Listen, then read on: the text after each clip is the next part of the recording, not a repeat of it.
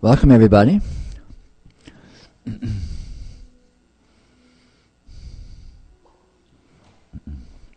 The essential spiritual problem turns out to be a very simple one. It consists of misidentification. We think we know what things are. And we think we know what situations are. We think we know what beings are. We think we know what people are. We think we know what we are. We think we know what the world is. We think we know what objects in the world are. And of course we have very intimate experience of all these phenomena.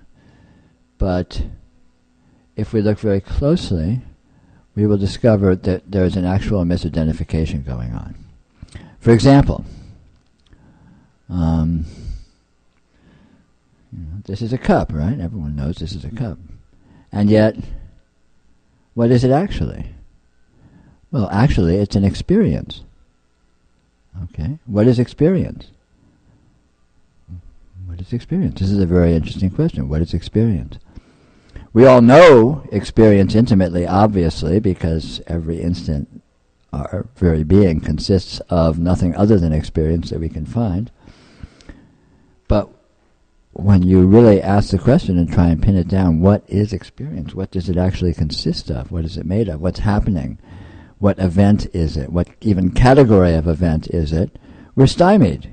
You know, if we're honest, if we're intelligent, if we're unbiased with regards to that inquiry, we're stuck. It's, well, here it is, and so we have intimate access to it. We can look at it very profoundly and very closely, but try and pin down exactly what it is. What is experience? Well, I'll be damned if I know.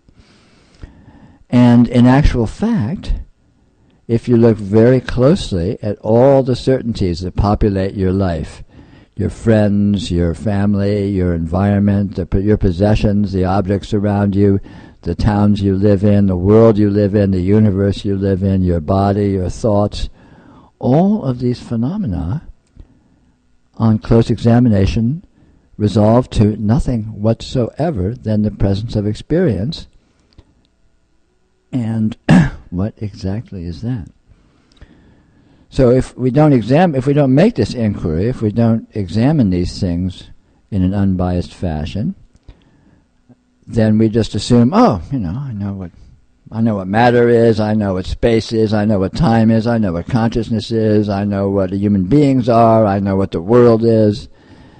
It's because we have a lot of data points about all of these topics. We have a lot of experience. We have a lot of density of textual experience on all of these sort of categories. But ultimately, if we look really close at all of this vast body of knowledge that we unexaminedly may think we have, that we may think resolves to something, we'll find that it doesn't actually converge to coherence. It doesn't actually amount to anything that pulls together. It doesn't amount to anything that is convincing, except for the fact that any and all of it is demonstrably nothing whatsoever other than experience. And what is experience? What is experience? Well, we can't say. But if you can see that fact, if you can see the truth, the completely obvious truth that you've never experienced anything whatsoever other than experience itself, which comes in all of this, intensely detailed patternings and colors and shapes and qualities and sounds and so on and so forth, right? Self-evidently. But you can't say what any of it is. Take the example of a dream. In a dream, you can have very precise, very present experience of all sorts of very detailed experiences, colors and shapes and sounds and textures and touch, thought, emotion, all of these things present in shockingly and realistically sharp detail, right? But what is present? You wake up and you realize, well, nothing was present but dreaming. What is dreaming? Well, dreaming is just a word for an arbitrary categorization of experience, right? A dream is a mode of experiencing. And when you wake up, you can see that there was nothing there but experience. There was nothing there but the dream.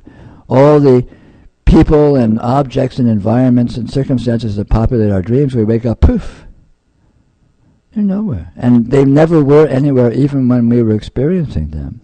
And yet, they have presence as experience. Can you not say exactly the same thing about your waking experience? When you go to sleep, where does this world go? Poof, it's gone. So it's quite self-evident that we can know nothing other than experience itself, which is all very well and good. But here's the kicker. You may have a subliminal idea that you know what experience is. So if everything is experience, okay, then what if there's no experience? What if you don't know what experience is? If you resolve everything to experience and then snatch experience away, where are you? Where is this? What's happening?